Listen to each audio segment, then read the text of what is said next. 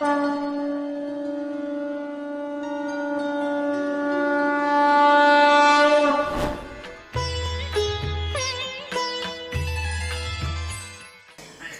की ऐसी अद्भुत ये लीला है। धीरे धीरे इस जीवात्मा को भगवान अपना भोग्य बना रहे हैं। कन्हैया ने जब से प्राकट्य लिया है तब से सभी ब्रजवासियों को अपना भोग्य बना रहे हैं। जैसे पहले हम कछु साग लाए, उसको अमनिया करते हैं, ठीक है, फिर जल में प्रक्षालन करते हैं, फिर महाराज उसको छौंकते हैं, बनाते हैं, फिर धनिया अदरक हरी मिर्च सजाते हैं, खीर बनाते हैं। ऐसे ही भगवान ऐसी सुंदर सुंदर लीला करके ना सभी ब्रजवासियों को अपना भोग्य बना रहे हैं। ऐसी लीला। श्री कृष्ण कन्हैया लाल की जय। या लीला को करवे के बाद भगवान अब परीक्षण कर रहे हैं ब्रजवासियों का कि मैंने अवतार लेके इनके पूतना वध के द्वारा 6 शत्रुओं का निग्रह किया, 4 वर्ष गोकुल की लीला करके अंतःकरण चतुष्टय का शुद्धिकरण किया। उन अंतःकरण चतुष्टय के जो उत्पाती देवता हो सकते थे उनका निग्रह कर लिया। ब्रह्मा जी का बुद्धि के देव है, सबसे ज्यादा संकल्प विकल्पात्मक बुद्धि ही है। अब उसके भगवान स्थूल पर आ गए और मिट्टी आदि खाकर भगवान ने स्थूल का निग्रह किया और अब इंद्रियों का निग्रह कर लिया कालिग्रह के द्वारा, है ना। कालिया के द्वारा इंद्रियों का निग्रह कर लिया गया। अब इंद्र के द्वारा इंद्रियों के जो देवता हैं, ये वेदांत और आध्यात्म है। इसमें संपूर्ण जो हमारा ये शरीर है भगवान इसको अपना भोग्य बनाना चाह रहे हैं। जब तो रास में प्रवेश होगा, ऐसे थोड़ी हो जाएगा। तो कन्हैया ने अंदर से पॉशिंग करना शुरू किया और करते करते भगवान यहां तक पहुंच गए कि इंद्रियों और इंद्रियों के जो देवता हैं उन सबके जो राजा है इंद्र महाराज का भगवान ने निग्रह कर लिया। और अगली लीला से परीक्षण कर रहे हैं कि हो यहां तक जो हम पहुंचे, क्यों भाई हाफ ईयरली होगा कि नहीं होगा? एकल विद्यालयों में भी होगा ना, नवंबर में या दिसंबर के फर्स्ट वीक में। अच्छा नहीं, फरवरी में तो वार्षिक हो जाएगा, हाफ ईयरली कह रहा हूं मैं, छमाई। तो नारायण कहने का तात्पर्य है कि अब ठाकुर जी मानो ब्रजवासियों की अब परीक्षा ले रहे हैं कि मैंने पूतना वध से लेकर और इंद्र के निग्रह तक यहां तक इनको ले आया, अब ये कहां खड़े हैं। तो सुखदेव जी अगली लीला का वर्णन कर रहे हैं। एकादश्यायाम निराहार समभर्यस्य जनार्दनम। मैया देव की, यशोदा जी और नंद बाबा वसुदेव और देव की। तो यहां पर भगवान ब्रज में मैया यशोदा और नंद बाबा के द्वारा एकादशी का व्रत कराकर, क्योंकि ये मेरे माँ बाप करेंगे तो सब ब्रजवासी भी करेंगे, क्यों भाई दूसरे को व्रत की हम कहें स्वयं नहीं करें। सबको हमने गौ पूजन के लिए प्रेरित किया, खुद ना करते या खुद नहीं जाते तो फिर क्या आनंद होता। बड़ी आध्यात्मिक कथाएं अमित जी। बिल्कुल इससे अगला अध्याय है इंद्र एकादश्यायाम निराहार। भगवान ने इंद्र पूजन कराने के बाद में दोज को उसने क्रोध करके वर्षा करी। तीज को ठाकुर जी ने गोवर्धन को उठा लिया और तीज, चौथ, 5, छठ, 7, 8, नौमी को आकर इंद्र महाराज ने भगवान को क्षमा याचना करी, अभिषेक किया और अगले दिन ही भगवान ने एकादश्यायाम निराहारा। ये हमारी इंद्रियां और इनके देवताओं का निग्रह हो गया नहीं हो गया? क्योंकि कृष्ण को भी ये आशंका है कि 10 इंद्रियों का निग्रह हो सकता है, लेकिन इन 10 में से जो इनके देवता हैं उनमें से 9 का निग्रह, 8 का निग्रह हो जाएगा, लेकिन 2 जो इंद्रिय है ना, एक तो रसना और दूसरी जो है वो जननेन्द्रिय। ये महाराज अच्छे अच्छे के काबू में नहीं आती हैं। उसी का परीक्षण कर रहे हैं कन्हैया।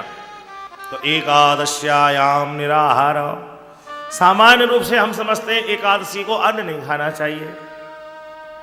अरे भैया, अन्न का निषेध तो इसलिए है कि व्रत में, उपवास में अधिक से अधिक समय भगवान की सेवा में गुजरना चाहिए।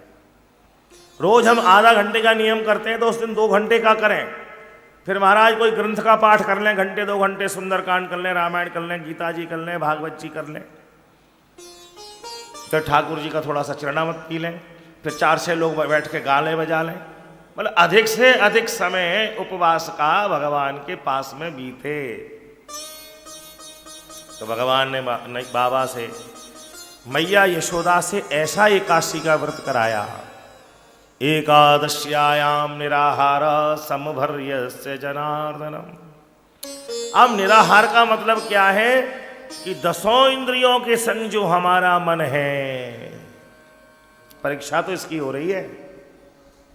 कन्हैया उस एकादशी के व्रत के नियम के माध्यम से परीक्षण कर रहे हैं कि 10 इंद्रियों और इनके देवताओं का निग्रह हुआ या नहीं हुआ। और देखो वही बात हो गई, एक जना फेल हो गया, एक जना पास हो गया।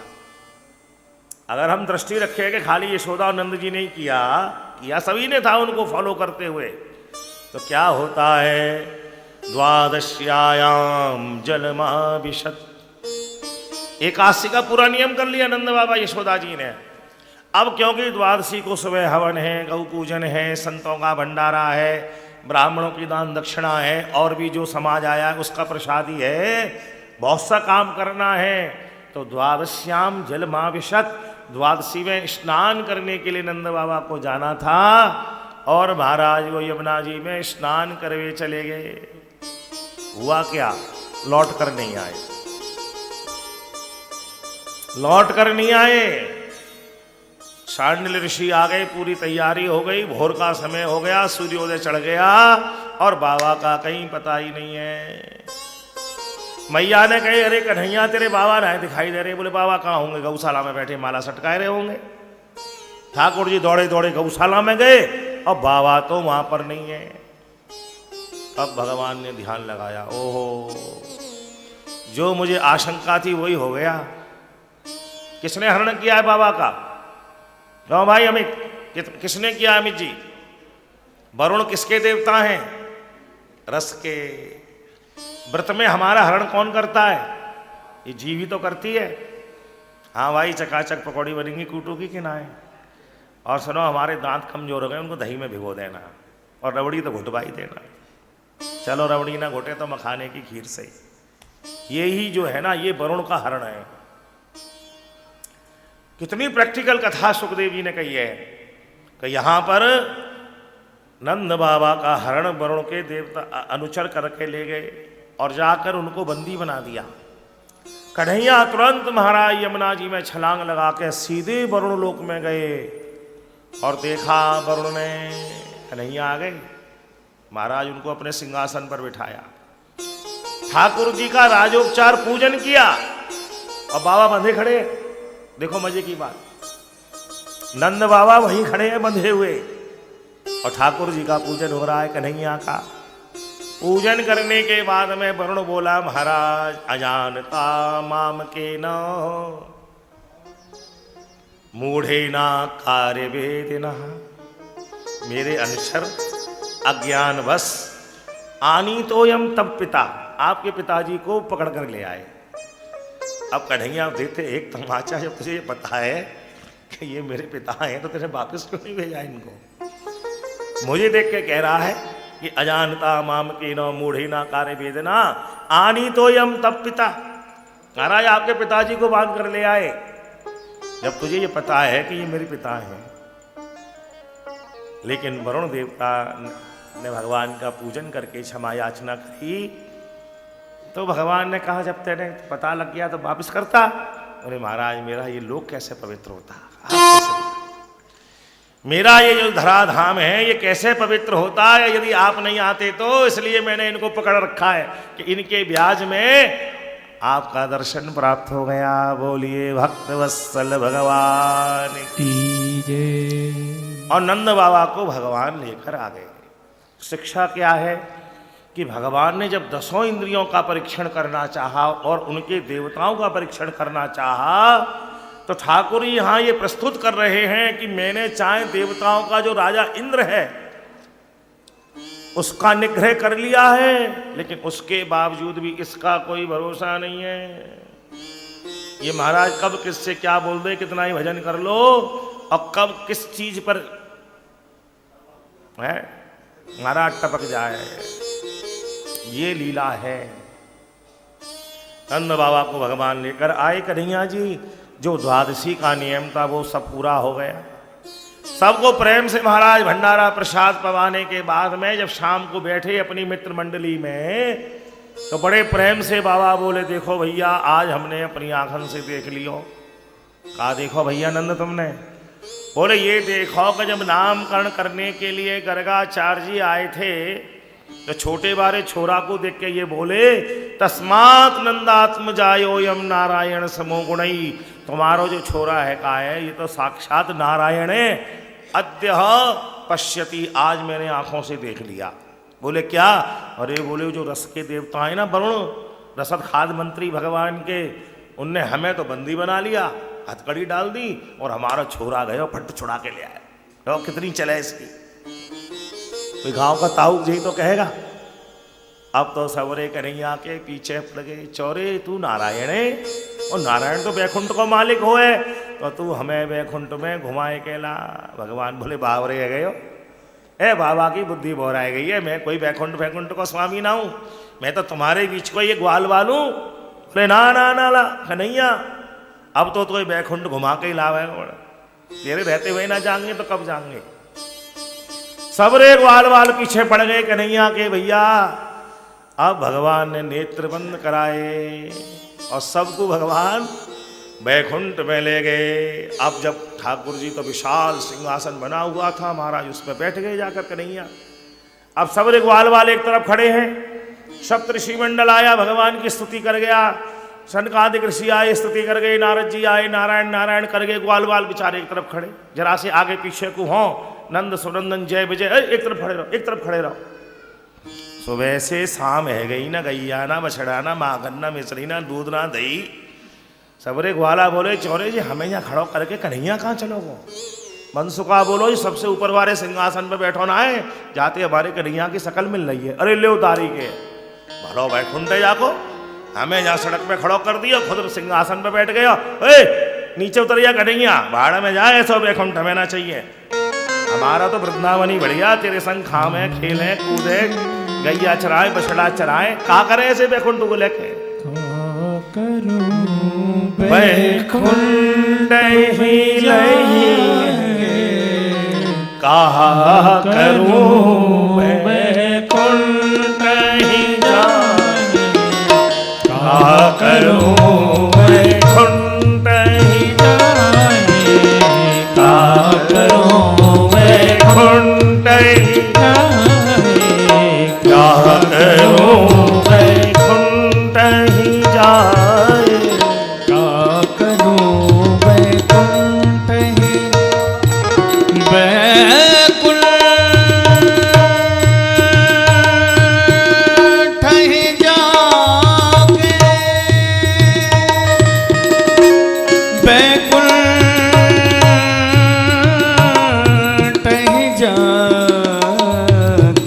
कहा करूं बैकुंठ ही जाए, कहा करूं बैकुंठ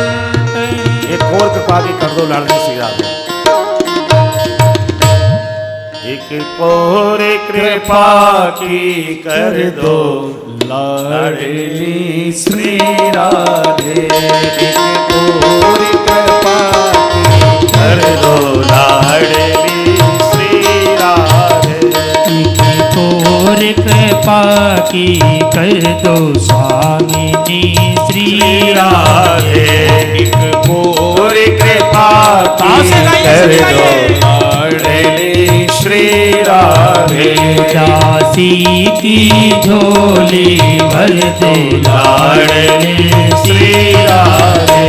ओ श्री राधे श्री राधे प्यारे श्री राधे श्री राधे श्री राधे श्री राधे प्यारे श्री राधे दासी की झोली भर दो लाडले श्री राधे दासी की झोली भर दो लाडले श्री राधे श्री राधे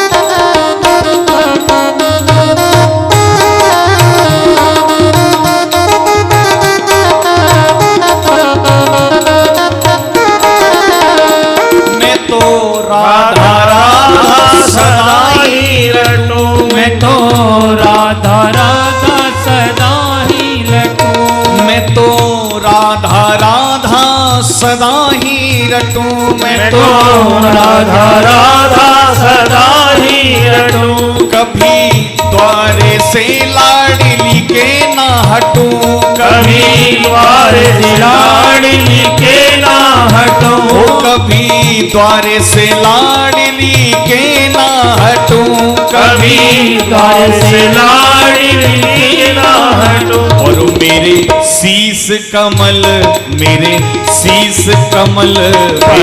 शीस कमल पग धर दो लाडली श्री राधे मेरे शीस कमल पग धर दो लाडली श्री राधे दासी की झोली भर दो लाडली श्री राधे दासी की झोली भर दो लाडली श्री राधे श्री राधे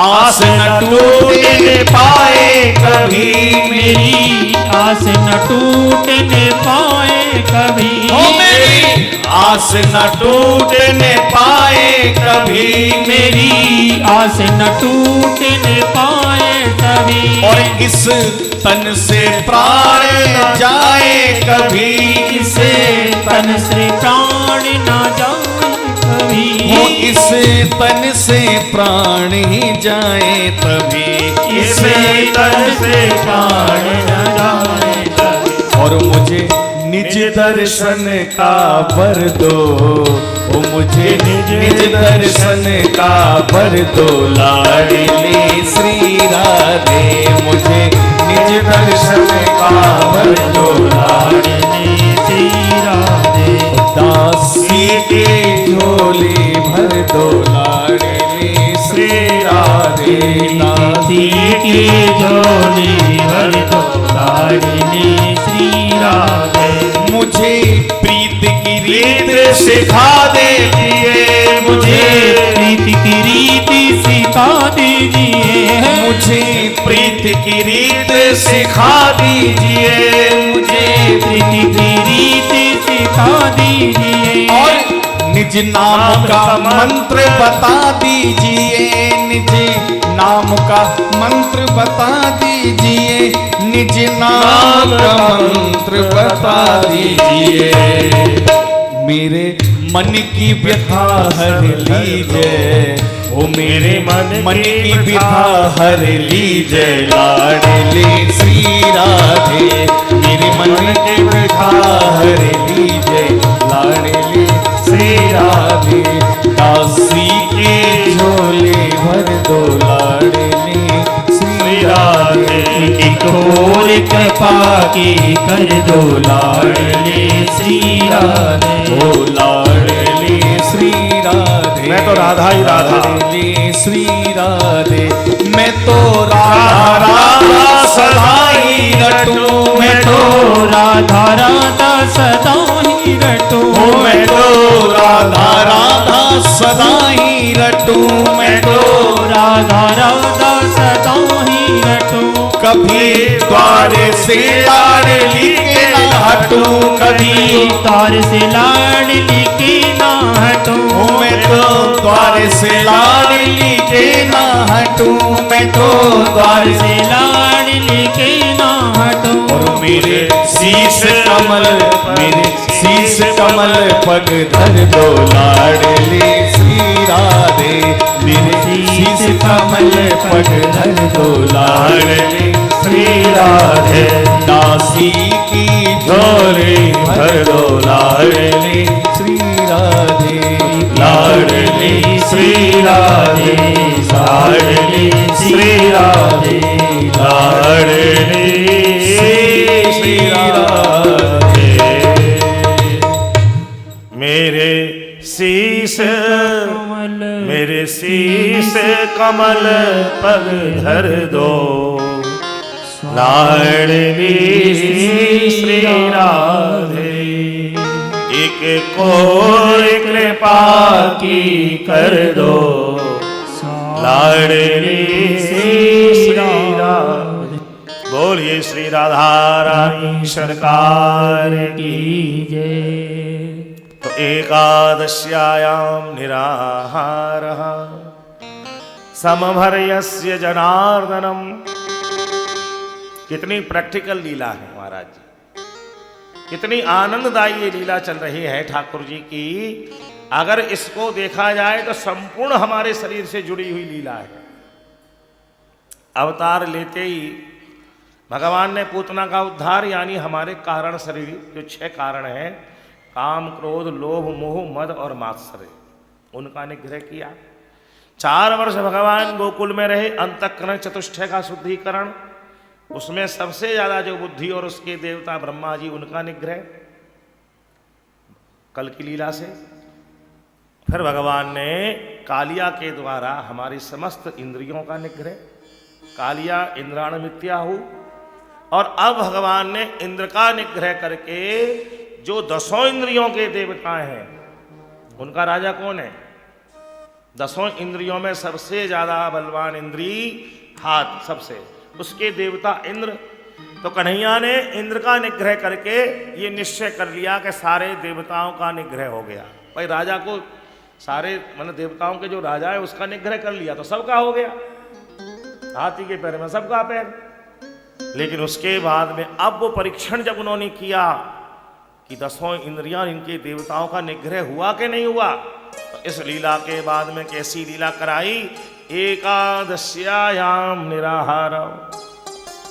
मैया यशोदा से और नंद बाबा से एकादशी का नियम कराया सभी ब्रजवासियों के संग में, क्योंकि कन्हैया को भी ये पता है कि 10 इंद्रियों में से 8 का निग्रह सरल है, लेकिन 2, एक रसना और एक जननी इंद्री उपस्थ, इसका निग्रह बड़ा कठिन।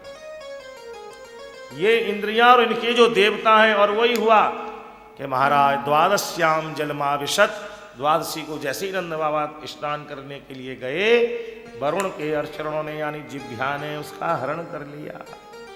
हम जब कोई व्रत करते हैं तो वरुण के अनुचर ही हमारी जिह्वा पे बैठ के चकाचक रबड़ी पकौड़ी खा के महाराज इसका हरण कर लेते हैं। और स्वीकार किया वरुण ने, वरुण ने भगवान के सामने स्वीकार किया कि नहीं किया? आनी तो यम तप पिता, महाराज आपके पिता का हरण करके ले आए। कौन? मेरे वे अजानता माम के नो, अज्ञान बस। तो भगवान ने जब परीक्षण लिया तो ये निश्चय हो गया कि महाराज ये जिह्वा सहज रूप से और इसके जो देवता हैं वरुण, उनका निग्रह नहीं होता। वरुण लोक में भगवान गए, नंद बाबा को छुड़ा कर ले आए, ये लीला हो गई। सबको बैकुंठ ले गए, दर्शन कराकर फिर महाराज श्री धाम वृंदावन में लेके आए। इसलिए तरह की गोवर्धन की रही है और ऊपर नित रहूं लटका, अपनी वनमाला का फूल बना दे। लहरें टकराती रहे जिससे उस कमनीय काल इंद्री का कूल बना दे। कर कंज से थामते हो जिसको इस वृक्ष कदम का मूल बना दे। छुएंगे चरण तेरे कभी न कभी ब्रजराज हमें ब्रज रुधूल। सारे ब्रजवासियों ने कह दिया हमें बैकुंठ नहीं चाहिए, का कहे बैकुंठ नहीं है। भगवान ने रसना का परीक्षण कर लिया, रसना के जो देवता हैं उनका परीक्षण कर लिया और ये निश्चय हो गया कि महाराज कभी अहंकार नहीं करना चाहिए कि हम निर्जल व्रत हैं, इंद्रियों का कोई भरोसा नहीं है। और अब उससे ऊपर की जो इंद्री है महाराज, एक घड़ी को रसना का निग्रह हो जाए लेकिन जननेन्द्रिय का भरोसा कभी नहीं करे। अब ये लीला भगवान की अगली वही है। भगवान पिता रात्रि, सुखदेव जी रास पंचाध्याय की कथा कह रहे हैं। इस कथा को कभी भी लौकिक दृष्टि से नहीं सुनना चाहिए, अपितु कथा श्रवण करते समय भावना ऐसी करनी चाहिए कि भगवान इस शरीर को अपना भोग्य बना लें। और ऐसे ही भगवान सब ब्रजवासियों के शरीर को अपना भोग्य बना रहे हैं। हम क्या भोग करेंगे महाराज? इस इंद्रियों के द्वारा देवता हमारा भोग करते हैं। देवता भोग ना करें, भगवान के हम भोग्य बन जाएं, ये लीला है। तो भगवान अंतःकरण चतुष्टय स्थूल दसों इंद्रियां इनके देवता, इन सबका निग्रह करके स्वयं इसका भोग बनना चाह रहे हैं कि मैं इनका भोग करूं। अपने योग्य बना रहे हैं भगवान हमको। तो भगवान की लीला में हमारा प्रवेश कैसे हो सकता है? ऐसे ही हो सकता है। एक एक लीला को सुन के ये भावना करनी चाहिए कि चलो हमारा अब कारण शुद्ध हो गया, अंतःकरण हो गया, स्थूल हो गया, दसों इंद्रियां हो गई, उनके देवता हो गए। अब सुखदेव जी कह रहे हैं भगवान पिता रात्रि। कैसी रात्रि है ये? जीवात्मा तो चाहता है भगवान को प्राप्त करना, हम जाने कितने जन्मों से चाह रहे हैं, लेकिन एक हाथ से थाली थोड़ी बचती है भाई। हम किसी को चाहें, अकेले बात नहीं बनेगी जब तक कि दूसरा ना हमको चाहे, सामने वाला भी तो चाहना चाहिए। तो सुखदेव जी कह रहे हैं आज वो रात्रि है, भगवान ने यानी भगवान ने भी चाहा। आत्मा तो चाहती है परमात्मा को प्राप्त करना, लेकिन परमात्मा भी तो वर्ण करना चाहे। परमात्मा की सबसे बड़ी अभिव्यंजना है ये रासलीला, और इसको इसी दृष्टि से सुनना चाहिए कि हम भगवान के भोग्य बन जाएं और रासलीला में हमारा प्रवेश हो जाए। यही भागवत का देह है। पिबत भागवतम रसमालयम रसानाम समूहो रासहा। जिस लीला में रसरूप परमात्मा समूह रूप से प्रकट हो जाए वही रास है। और उसमें महाराज कैसे ही हमारा प्रवेश हो जाए, यही भागवत का ध्येय है। सब लिखते ना ब्रह्मलीन नित्य लीला लीन। तो भगवान पिता रात्रि, कौन सी रात्रि है? जिस रात्रि को भगवान ने भी चाहा कि चलो मैं अब इन सब का वर्ण कर लूं। भगवान पिता रात्रि, और फिर बड़ा सुंदर श्रृंगार करके हाथ में वेणु लेके भगवान बंसी वट पर आ गए और शरदोद फुल्ल मल्लिका। शरद ऋतु की रात्रि है। वैसे तो सूर्यास्त के बाद में कमल बंद हो जाते हैं, लेकिन आज चांदनी की ऐसी है राकेश कर रंजिता। चंद्रमा ने अपने रोशनी रूपी हाथों से ऐसा श्रृंगार किया है यमुना का, राकेश कर रंजिता। शरदोद फुल्ल मल्लिका। शरद ऋतु में यमुना जी निर्मल हो गई है और उनके गर्भ में बड़े सुंदर कमल खिल रहे हैं। वीक्षरन्तु मनश्चक्रे योग मायाम उपाश्रिता। देखो ठाकुर जी के जन्म से पहले जब योग माया ने जो कार्य किया वो भगवान की एक शक्ति है, जिसने कि शंकरषण भगवान के गर्भ का ट्रांसफर किया था। और यहां पर योग माया कौन है? भिक्षरंतो मनश्चक्रे। योग माया, योगा या माया सा योग माया, जो भगवान से हमारा योग करा दे, ऐसी श्री राधा रानी। उनको माध्यम बना के भगवान ने सारी ब्रजांगनाओं को बुला लिया।